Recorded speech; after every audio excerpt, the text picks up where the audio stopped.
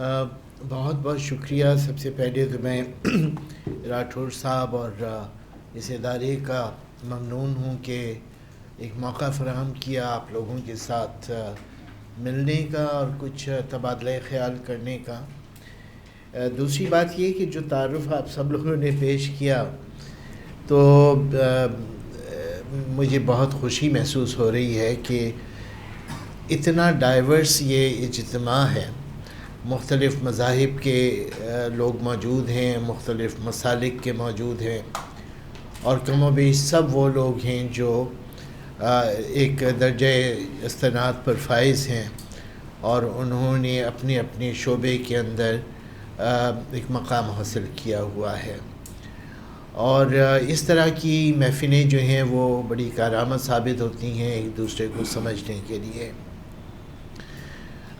میں خود جو ہوں ایک سمجھیے کہ سیاسیات کا طالب علم ہوں، سماجی علوم سے تعلق رہا ہے. میں نے پولیٹیکل سائنس میں ایم اے کیا تھا کراچی یونیورسٹی سے، اور پھر ایم فل کیا پاکستان اسٹڈیز میں.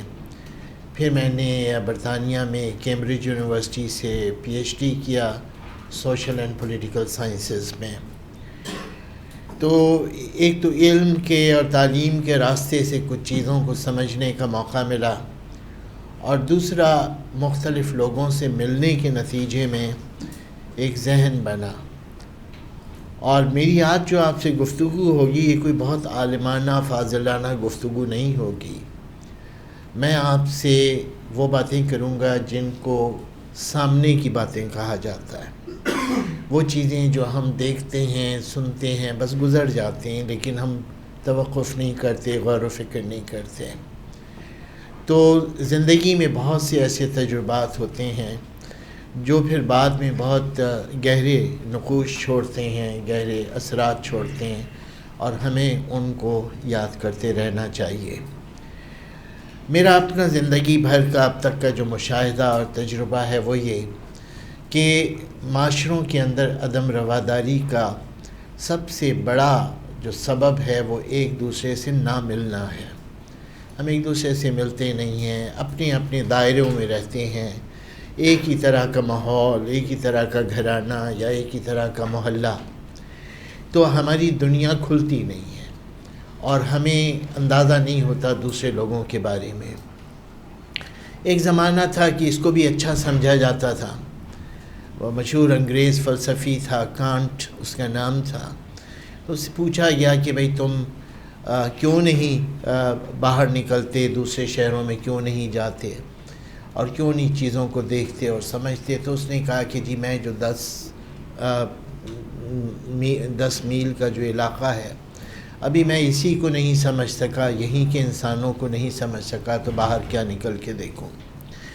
لیکن حقیقت یہ ہے کہ باہر نکلنا بہت ضروری ہے اور اپنے دائروں سے باہر نکلنا بہت ضروری ہے. آپ لوگ اتنے مختلف پس منظر سے یہاں تشریف لائے ہیں کہ میں سمجھتا ہوں کہ 3 دن آپ کا یہاں اکٹھا رہنا تو اچھا ہے، لیکن کاش کہ آپ یہاں پہ 30 دن ایک ساتھ گزاریں، اور کاش کہ آپ 3 مہینے ایک دوسرے کے ساتھ گزاریں، اور آپ دیکھیں گے کہ آپ میں کتنی مشترکات موجود ہیں، کتنی چیزیں ہیں جو ایک جیسی ہیں. اپنی ذاتی زندگی کے کچھ چیزیں آپ سے شیئر کروں. میں جب برطانیہ گیا اور ہاسٹل میں، تو ہمارا طریقہ یہ تھا کہ شام کے وقت اپنا کھانا لیا اور جا کے ایک میز پہ بیٹھ گئے. تو ایک دن کوئی میز خالی نہیں تھی اور ایک میز پہ ایک صاحب بیٹھے ہوئے تھے، تو میں وہاں جا کے ان کے سامنے ان سے اجازت لے کے میں بھی بیٹھ گیا. خاموشی سے انہوں نے بھی کھانا کھا لیا، میں نے بھی کھا لیا. پھر ایک آدھ دفعہ ان سے ہیلو ہوا، اور پھر ایک دن ایسا ہوا کہ ہمیں پتہ چلا کہ ہم ایک ہی کوریڈور میں 2 کمروں کے فاصلے سے رہتے ہیں ہاسٹل میں. ان کا تعلق ہندوستان سے تھا، جنوبی ہندوستان میں وہ تھے، اور وہ انجینئرنگ میں ڈاکٹریٹ کر رہے تھے. ہمارا سبجیکٹ بھی بہت ڈیفرنٹ تھا، تو اس حوالے سے تو بات نہیں ہوتی تھی. لیکن جب ہمارا ملنا جلنا ایک دوسرے سے ہوا اور ہماری دوستی ہو گئی، اور ایسی دوستی ہو گئی کہ میں جب لندن جاؤں تو وہ مجھ سے، انہیں کھانے پکانے کا بڑا شوق تھا، تو مجھ سے کہیں کہ جناب آپ فلاں فلاں فلاں مسالے لے آئیے گا، لندن میں مل جاتے تھے، وہ میں لے جاتا تھا ان کے لیے۔ ہماری دوستی اتنی بڑھی کہ پھر ہم نے یہ طے کیا کہ ہم جو 5 پاؤنڈ خرچ کرتے ہیں بال کٹانے کے، تو ہم ایک دوسرے کے بال کاٹ دیا کریں۔ تو ہم ایک اخبار بچھاتے تھے، کرسی رکھتے تھے، وہ میرے بال نہ کوئی میرے فیشنیبل بال تھے نہ ان کے تھے، تو ہمارے 5 پاؤنڈ بھی بچ جاتے تھے۔ پھر انہیں پاکس ہو گیا، وہ جو ایک سمجھیے کہ اسکن کی بیماری ہوتی ہے۔ تو ہاسٹل میں وہ انگریز ایسی چیزوں سے بہت زیادہ ڈر جاتے ہیں، تو انہوں نے کہا کہ بھئی انہیں تو کیرنٹائن کر دو، ان کے کمرے میں رکھو، یہ باہر نہیں نکلیں گے۔ تو اب جناب ان کو کون کھانا سپلائی کرے؟ تو میں نے اپنے ہاسٹل کی وارڈن سے کہا کہ بھئی یہ ہماری سوسائٹی میں یہ نہیں ہوتا کہ ایک شخص بیمار ہے تو اس سے آپ نے بالکل اپنے آپ کو لا تعلق کر لیا۔ تو کچھ ہم ایسا ارینجمنٹ کرتے ہیں کہ میں ان کے کمرے کے باہر کھانا رکھ دیا کروں گا، ناک کر دوں گا، وہ اندر سے آن کے لے جائیں گے۔ تو وہ مرحلہ بھی گزر گیا۔ بہت عرصے بعد میں نے ان سے ایک دن پوچھا، سنجیب ان کا نام تھا، میں نے ان سے کہا کہ سنجیب، میں نے ہمیں دوست بننے میں اتنا عرصہ کیوں لگا؟ تو وہ کہنے لگے کہ میں نے مسلمان تو بہت دیکھے تھے ہندوستان میں، لیکن پاکستان کا مسلمان کبھی نہیں دیکھا تھا، اور پاکستان کے مسلمان کے بارے میں جو ہمیں آئیڈیا دیا ہوا تھا وہ ایسا خطرناک اور خوفناک آئیڈیا تھا کہ میری تو ہمت نہیں ہوتی تھی آپ سے بات کرنے کی۔ تو یہ جو کانسیپٹ آف دا ادر ہے، دوسرے کا تصور، اور اس کے بارے میں ہم نے سوچ لیا کہ وہ ایسے ہوں گے اور اس کو پھر ہم جنرلائز کر لیتے ہیں، یہ ہمیں ایک دوسرے سے ملنے سے روکتے ہیں۔ اور جب ہم ایک دوسرے سے ملتے ہیں تو ہمیں پتہ چلتا ہے کہ عقائد اور خیالات تو چلیے سب کے اپنے اپنے ہوتے ہیں، لیکن بہت ساری انسانی رویے، بہت سی انسانی عادتیں یکساں بھی ہوتی ہیں۔ اچھائیاں تمام انسانوں میں ہوتی ہیں، برائیاں تمام انسانوں میں ہوتی ہیں۔ تو یہ جب ایک دفعہ ہم اس طرح سے سوچ لیں تو ہمیں دوسرے سے ملنے میں کوئی تکلف نہیں ہوگا۔ اب جہاں تک آج کے موضوع کا تعلق ہے، مجھے ایک اچھی خاصی دستاویز فراہم کی گئی ہے کہ جس کے اندر آؤٹ لائن دی ہے کہ لیڈرشپ کیا ہے، اس کی تعریف کی جائے اور پھر اس کی خصوصیات بیان کی جائیں، اس کا کردار بیان کیا جائے۔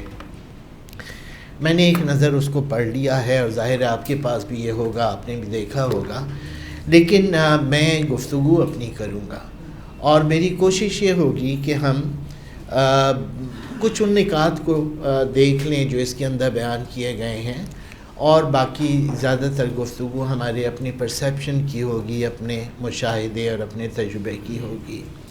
وہ ہمارے بڑے مشہور ایک شاعر تھے حبیب جالب صاحب، آپ نے نام سنا ہوگا۔ ان کا ایک بڑا خوبصورت شعر ہے کہ اپنے لہجے میں بات اپنی کرو، میر کا شعر تو میر کا شعر ہے۔ تو اب میں تو اپنے لہجے میں بات کروں گا، اور آپ عالم فاضل لوگ ہیں، آپ اسے کہاں پلیس کرتے ہیں میری گفتگو کو، یہ آپ کی مرضی ہے۔ پہلا تو سوال یہ ہے کہ یہ لیڈر ہوتا کیا ہے؟ ہم لیڈر کسے کہتے ہیں؟ رہنما کس کو کہتے ہیں؟ ہمارے تو ایک اور ہی شعر ذہن میں آ رہا ہے کہ کس طرح منزل پہ پہنچتا کوئی، راہ میں رہنما بیٹھے تھے۔ تو ہمیں تو ایسے رہنما ملے ہیں کہ جن کے ہوتے ہوئے منزل پہ پہنچنا بڑا مشکل ہے، لیکن حقیقی رہنما وہ ہیں جو ہمیں منزل کا پتہ دیتے ہیں، جو ہمیں ایک آبجیکٹیو دیتے ہیں، ہمیں واقف کراتے ہیں کہ ہماری منزل کیا ہے، اپنی ذاتی زندگی میں ہماری منزل کیا ہے، اجتماعی زندگی میں ہماری منزل کیا ہے۔ تو ایک اچھا رہنما تو وہ ہے۔ اب رہنما جو ہیں وہ منزل کا بھی پتہ دیتے ہیں، راستے کا بھی پتہ دیتے ہیں، اور ان کے اندر کچھ خصوصیات ہوتی ہیں جن خصوصیات کے ذریعے سے وہ ہمیں اس راستے پر لے کے جاتے ہیں، اور پھر اس سب کا حاصل یہ ہے کہ وہ ہم سب کو کسی ایک مرکز پر متحد بھی کر سکتے ہیں۔ اب میری ساری مثالیں جو ہیں وہ سیاسیات اور تاریخ سے آئیں گی آپ کے سامنے۔ دنیا کی تاریخ اٹھا کے دیکھ لیں، قومیں مختلف بنیادوں پہ وجود میں آتی ہیں، زبان کی بنیاد پہ، نسل کی بنیاد پر، مذہب کی بنیاد پر، لیکن کلیدی کردار آخر میں جا کے کسی فرد کا ہوتا ہے، کسی رہنما کا ہوتا ہے۔ ہم امریکہ کی آزادی کا تصور نہیں کر سکتے جارج واشنگٹن اور تھامس جیفرسن اور جان جے اور ہیملٹن، یہ جو ان کے قائدین تھے جنہوں نے پوری قوم کو ایک جگہ یکجا کیا، ایک ان کے اندر اشتراک فکر پیدا کیا، اور اس کے نتیجے میں امریکہ ایک جدید قومی ریاست کے طور پہ وجود میں آیا۔ ہم تصور نہیں کر سکتے چین کا ماؤ زیتونگ کے بغیر، ہم قومی آزادی کی تحریکوں کا تصور نہیں کر سکتے، ہم انڈونیشیا کی آزادی کا تصور نہیں کر سکتے ڈاکٹر احمد سویکارنو کے بغیر، ہم اپنی تاریخ میں اپنی آزادی کا تصور نہیں کر سکتے قائد اعظم محمد علی جناح صاحب کے بغیر۔ تو لیڈرز جو ہیں وہ لوگوں کو متحد کرنے کا ملکہ رکھتے ہیں، اور وہ اشتراک فکر پیدا کرواتی ہیں، اتفاق رائے پیدا کرواتی ہیں۔ اب سوال یہ ہے کہ اتفاق فکر کیسے پیدا کیا جاتا ہے، لیڈرشپ کا اپنا راز کیا ہے، یہ لیڈرز کامیابیاں کیسے حاصل کرتے ہیں۔ دنیا کی تاریخ کے اندر کچھ آپ کو مشترک قدریں نظر آئیں گی لیڈرز کے درمیان، جن پہ سب لیڈرز نے کسی نہ کسی حد تک عمل کیا ہوتا ہے۔ ایک تو سب سے بڑی جو خصوصیت ہے رہنما کی، وہ یہ ہے کہ وہ یہ دعویٰ نہ کرے کہ وہ رہنما ہے، وہ لوگوں پر یہ نہ باور کرائے لوگوں کو کہ تم نہیں جانتے اور ہم جانتے ہیں اور ہم تمہیں بتانے کے لیے آئے ہیں۔ آپ یہ دیکھیں کہ لیڈر صاحبان جو ہیں اپنی قوموں کو، اپنی جمعیتوں کو جب یکجا کرتے ہیں تو ان کا جو اصلاح کا طریقہ کار ہوتا ہے وہ بڑا غیر محسوس طریقے کا ہوتا ہے۔ وہ اپنے آپ کو دینے والا اور دوسروں کو لینے والا باور نہیں کر رہے ہوتے۔ میں یہ سمجھتا ہوں کہ یہی ہمارے اولیاء کرام کا طریقہ تھا، یہی تاریخ کے مصلحین کا طریقہ تھا، اور یہی ایون جو سیکولر رہنما ہیں ان کا طریقہ رہا ہے تاریخ میں، کہ وہ لوگوں کے پاس جاتے تھے، لوگوں کے پاس جاتے تھے۔ اور جو ہمارے صوفیاء کرام ہیں ان کا تو طریقہ کار ہی یہ تھا کہ وہ لوگوں میں جا کے رہتے تھے اور ایک غیر محسوس طریقے سے ان کی زندگیوں پہ اثر انداز ہو رہے ہوتے تھے۔ وہ کافر کو کافر بھی نہیں کہہ رہے ہوتے تھے، وہ غیر مسلم کو غیر مسلم نہیں کہہ رہے ہوتے تھے، اور مدن ان کی تعلیم جو ہے وہ بنیادی انسانی جو اقدار ہیں ان کے گرد گھومتی تھی۔ نتیجہ یہ ہے کہ ان کے ماننے والوں میں، اور یہ آپ دیگر مذاہب کے جو رہنما ہیں ان میں بھی یہ دیکھیں گے کہ ایک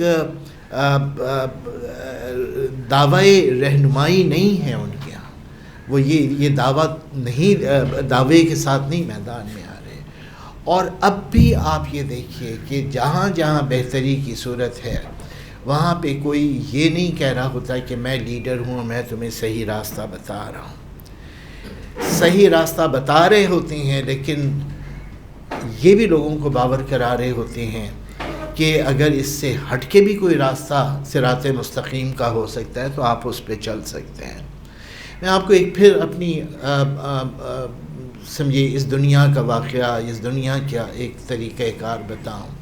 مثلا میں یہاں پہ آپ سب حضرات تشریف فرما ہیں، میں آپ سے فرض کریں کہ یہ پوچھوں کہ آپ ہمیں پتہ بتائیں کہ میٹروپول ہوٹل کدھر ہے، تو ظاہر ہے کہ آپ یہی پتہ بتائیں گے کہ بھائی نیچے اتریے، اور نیچے اتر کے پھر ایسا کیجئے کہ مین گیٹ سے باہر نکلیں اور یہ شارع فیصل آپ کو مل جائے گی، الٹے ہاتھ پہ مڑ جائیے گا، چلتے جائیں کہیں نہ رکیے، اور آگے جا کے ایک چوراہا آئے گا اور وہ میٹروپول ہوٹل ہے۔ یہی سوال اگر آپ برطانیہ میں کسی شخص سے فرض کیجئے، ہم برطانیہ میں بیٹھے ہوئے ہیں اور میں آپ میں سے کسی ایک برطانوی سے پوچھتا ہوں کہ مجھے میٹروپول جانا ہے تو آپ مجھے راستہ بتائیں، تو وہ کس طرح راستہ بتائے گا؟ وہ آپ سے کہے گا کہ had I been you, I would have gone downstairs, and from the main gate I would have gone to the main gate, and from there I would have turned to the left, and I would have gone for a couple of miles, and I would have reached Metropole. میں آپ کی جگہ ہوتا تو میں نیچے اترتا اور پھر میں گیٹ سے باہر نکلتا اور پھر شاہراہ فیصل پہ الٹے ہاتھ پہ مڑ جاتا اور 2 میل آگے جاتا تو مجھے میٹروپول مل جاتا. راستہ پہلے والا بھی صحیح بتا رہا ہے, راستہ دوسرے والا بھی صحیح بتا رہا ہے, لیکن پہلے والے کے راستہ بتانے میں ایک طرح کا تیقن ہے رہنمائی کا. میں رہنما ہوں, مجھے صحیح راستہ معلوم ہے, میں آپ کو بتا رہا ہوں, آپ کو راستہ نہیں معلوم, سو میں آپ کو بتا رہا ہوں. یہ بھی میں کہوں گا دیکھو اور ادھر ادھر مت دیکھنا, سیدھے نیچے اترنا اور ادھر سے چلے جانا. دوسرے والے کا راستہ بتانے کا طریقہ یہ ہے کہ وہ راستہ صحیح بتا رہا ہے لیکن ایک تجویز کے طور پہ, یعنی یہ کہ آپ کو پھر بھی اختیار حاصل ہے کہ آپ کو اگر اس سے بہتر کوئی راستہ بتانے والا ہو یا آپ خود ڈھونڈ لیں سے بہتر راستہ تو آپ اس منزل تک آپ پہنچ سکتے ہیں. تو میرا اپنا خیال یہ ہے کہ ایک اچھے رہنما کی سب سے بڑی خوبی یہ ہے کہ وہ دوسرے کو جس کی کہ وہ رہنمائی کر رہا ہے اس کو یہ نہ ظاہر ہونے دے, یہ نہ باور کرائے کہ میں رہنمائی دینے والا ہوں اور تم رہنمائی لینے والے ہو. پہلی بات. دوسری بات یہ کہ اس بات کو پیش نظر رکھیں کہ ہم سب لوگ جزوی حقیقتوں کو جاننے والے لوگ ہیں. ان کا ایک پس منظر ہے, یہ اس پس منظر کے تناظر میں گفتگو کریں گے. ان کا ایک پس منظر ہے, وہ ایک پس منظر میں گفتگو کریں گے. کوئی قم سے پڑھ کے آیا ہوا ہے, کوئی جو ہے وہ قاہرہ سے پڑھ کے آیا ہوا ہے, کسی نے دارالعلوم نعیمیہ سے پڑھا ہے, کس نے جامعہ کراچی سے پڑھا. ہر ایک کا پس منظر الگ ہے. سچائیاں سب کے پاس ہیں اور صداقتیں سب کے پاس ہیں. اچھا معاشرہ وہ ہے جو اجتماعی بصیرت کی بنیاد پہ آگے چلے, یعنی جعفر احمد کی بصیرت پہ انحصار نہ کرے اور راٹھور صاحب کی بصیرت پہ انحصار نہ کرے, بلکہ ہم شیئر کریں اپنے تجربات کو, اپنے علم کو, اور اس بنیاد پہ ہم میں جو ایک ارتکاز ہوگا, جو اتفاق ہوگا, وہ کہیں زیادہ کارآمد ہوگا. اب میں پھر آپ کو ایک مغربی مفکر کا ذکر کروں گا, بڑا مشہور نام روسو یا یاک روسو صاحب, انقلاب فرانس کے بنیادی مفکر 2 تھے, روسو اور والٹیر. روسو صاحب کا کہنا تھا کہ فرد کی آزادی اور فرد کی رائے بڑی مقدم ہے, لیکن جب ایک گروہ کی رائے سامنے آ جائے تو گروہ کی رائے فرد کی رائے پر فائق ہے, اور جب ایک معاشرے کی رائے مرتب ہو رہی ہو تو وہ فرد کی اور گروہ کی رائے سے بھی مقدم ہے, اس کے اوپر فائق ہے. اس کا کیا مطلب ہے؟ اس کا مطلب یہ ہے کہ ہم اگر انفرادی رائے کو اور انفرادی سوچ کو, انفرادی بصیرت کو سب کچھ سمجھتے ہیں تو ہم غلطی کر رہے ہیں. بہت اچھا ہو کہ میں آپ سے انٹریکٹ کروں, آپ ان سے انٹریکٹ کریں, آپ ان سے رابطے میں آئیں, تبادلہ خیال کریں اور کسی نتیجے تک پہنچیں. دیکھیے جو یونانی مفکر تھے ان کا طریقہ مطالعہ بھی یہی تھا. اگر آپ افلاطون کی کتاب ریپبلک دیکھیں تو وہ فرض کیجئے کہ انصاف کے موضوع پہ کچھ کہنا چاہتا ہے تو وہ یہ نہیں لکھے گا کہ یہ انصاف کا موضوع ہے, یہ مضمون یہاں سے شروع ہو رہا ہے اور اس نے انصاف کے موضوع کے اوپر اظہار خیال کر دیا.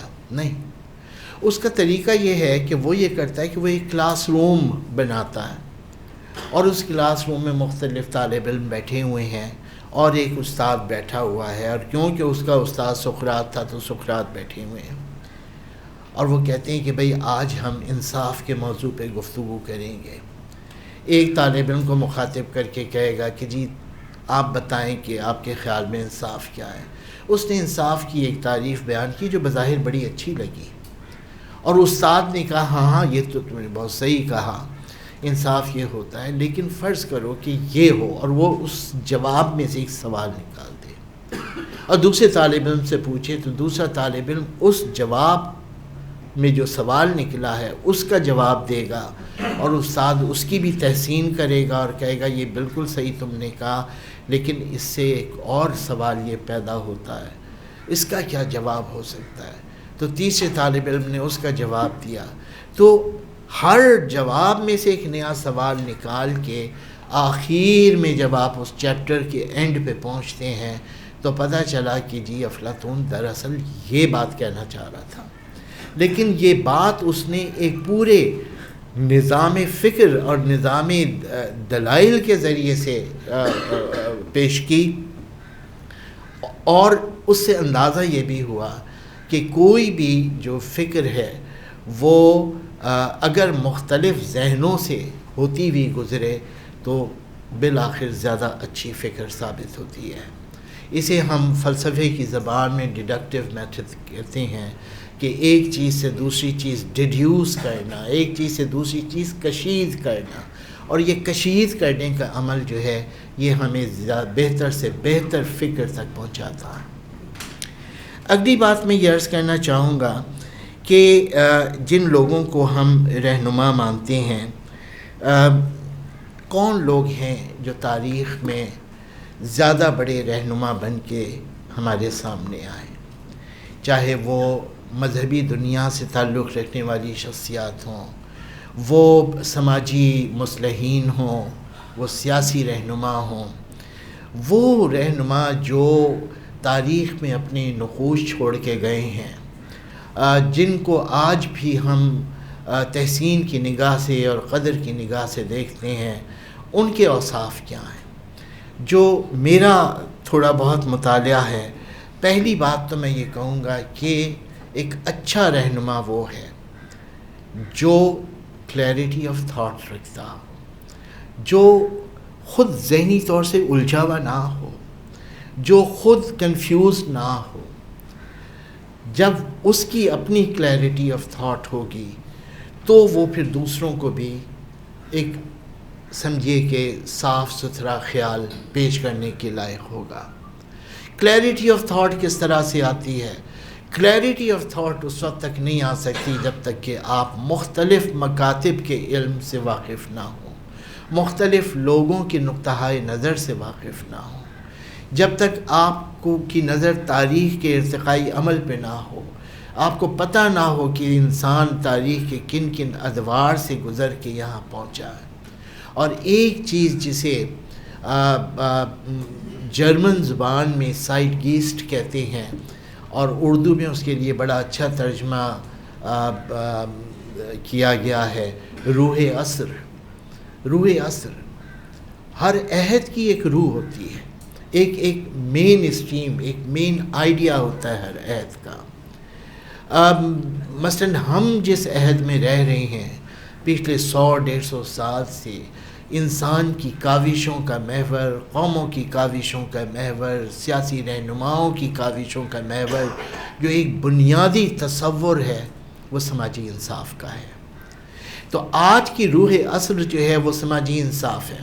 ہم کسی ایسے شخص کی طرف نہیں جائیں گے جو ہمیں اور تو دنیا کی ساری باتیں بتاتا رہے، لیکن یہ نہ بتائے کہ سوسائٹی میں جسٹس کیسے پیدا ہوتی ہے، ہم ایک جسٹ سوسائٹی کیسے بنا سکتے ہیں، جسٹ سوسائٹی بنانے کے لیے اقتصادی اقدامات کیا کرنے ہوں گے، سیاسی اقدامات کیا کرنے ہوں گے۔ تو یہ ہماری روح عصر ہے۔ اور آپ دیکھ لیجئے کہ 20ویں صدی کے آغاز سے آپ شروع کر دیجئے، ہندوستان میں دیکھ لیں، مدنہ 19ویں صدی کے اواخر میں سر سید احمد خان تھے، پھر حضرت موہانی 20ویں صدی کے آغاز میں، پھر ہماری قومی آزادی کی تحریک۔ کیوں تھی قومی آزادی کی تحریک؟ صرف اس لیے کہ ہم استعمار کے تحت نہیں رہنا چاہتے تھے، اور ہمارا خیال یہ تھا کہ وہ سماجی انصاف جو مطلوب ہے وہ اس وقت تک قائم نہیں ہو سکتا جب تک ہم آزاد نہیں ہو جائیں گے۔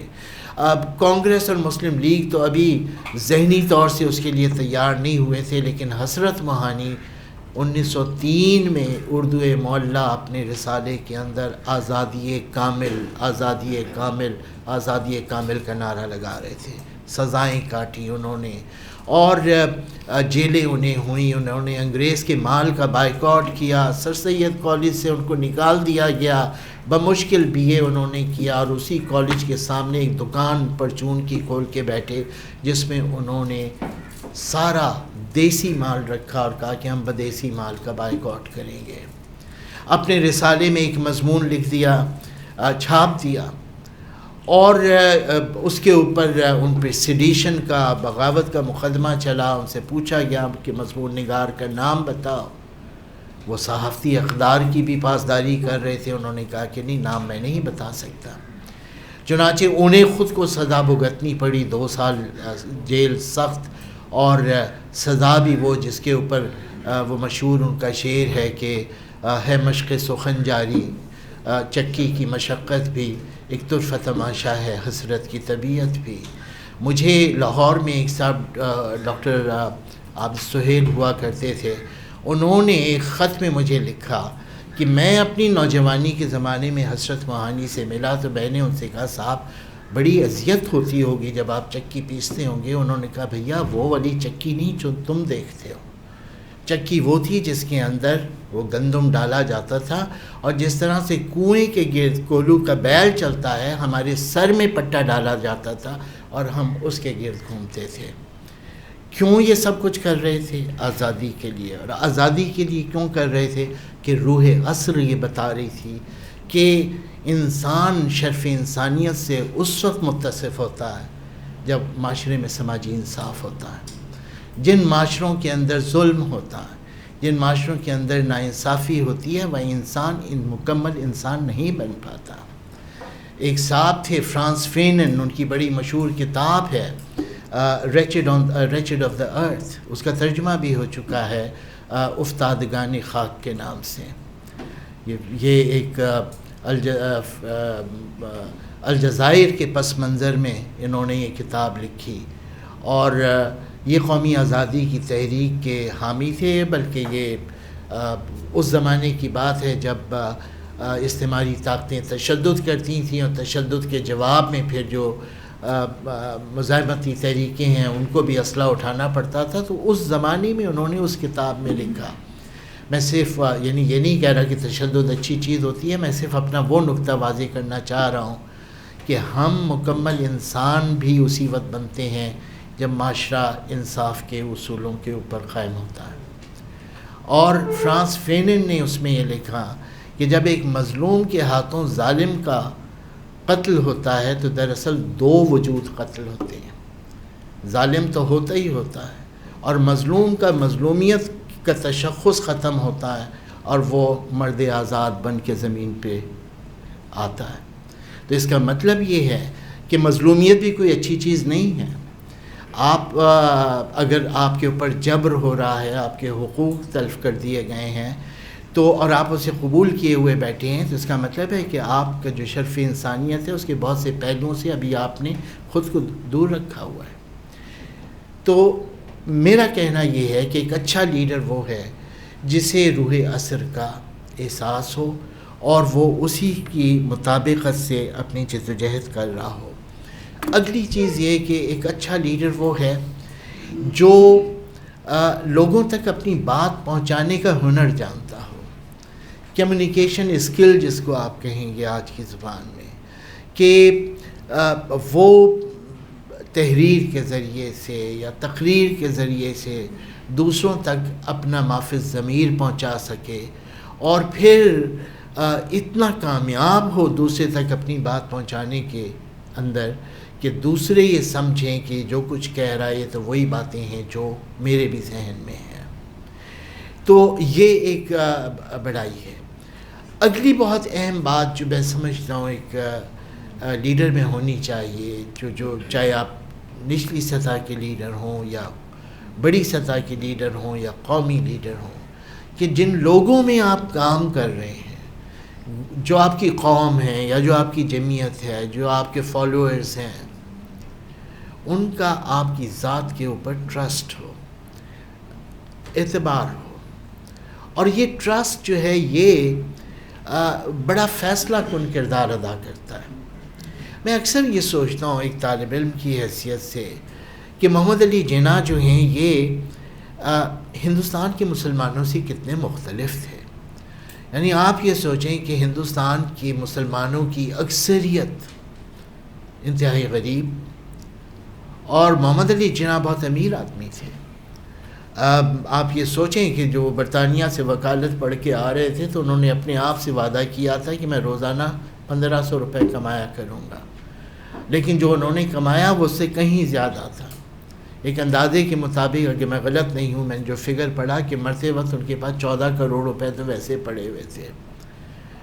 تو بہت انہوں نے کمایا، لیکن ان کی قوم بہت غریب تھی. ان کی قوم جو ہے وہ یا اردو بولتی تھی، یا سمجھیے کہ بہاری بولتی تھی، یا پنجابی یا سندھی بولتی تھی، اور محمد علی جناح کی زبان انگریزی تھی، انگریزی میں اظہار خیال کرتے تھے. اتنا کلچرل فرق تھا دونوں میں. اور پھر ہندوستان کی جو روایتی لیڈرشپ تھی وہ دو طرح کی تھی. یا وہ مذہبی لیڈر ہوتے تھے کہ دیوبند سے آ رہے ہیں اور سہارنپور سے آ رہے ہیں، وہ لیڈرشپ تھی، اور یا پھر فیوڈل لیڈرشپ تھی کہ سندھ کے وڈیرے ہیں اور پنجاب کے زمیندار ہیں. جناح صاحب نہ مذہبی لیڈر تھے اور نہ یہ سوشل لیڈر تھے جسے آپ وڈیرا کہہ لیجئے یا زمیندار کہہ لیجئے. وہ تو ایک معمولی سے بزنس خاندان سے تعلق رکھتے تھے، وکالت سے پیسہ کما لیا اور اسٹاک ایکسچینج میں انویسٹمنٹ ان کی تھی، اس سے ان کو پیسہ مل گیا. تو روایتی لیڈرشپ جو ہندوستان کے مسلمانوں کی تھی وہ جناح صاحب اس سے مختلف تھے. سوال یہ پیدا ہوتا ہے کہ ان کی قوم نہ ان کی زبان جان رہی ہے، نہ ان طبقاتی طور سے وہ ان کے ساتھ ہیں، نہ رہن سہن ان کا جو ہے اپنی قوم والا ہے. قوم کیوں ان کے پیچھے لگی ہوئی ہے اور کیوں ان کو اتنا زبردست ٹرسٹ ہے ان کے اوپر؟ صرف اس لیے کہ ان کے قوم کو یہ بات پتہ چل گئی تھی کہ ایک تو یہ آدمی بے ایمان نہیں ہے، کرپٹ نہیں ہے، اور دوسرا یہ کہ یہ جو کچھ کہہ رہا ہے کسی بھی زبان میں کہہ رہا ہو یہ صحیح کہہ رہا ہے. اب یہ جو ایک ٹرسٹ ہے لیڈر کے اوپر، یہ ٹرسٹ اسی وقت آتا ہے کہ جب آپ قوم کو یہ باور کرانے میں کامیاب ہو چکے ہوں، ثابت ہو چکا ہو کہ آپ کرپٹ نہیں ہیں.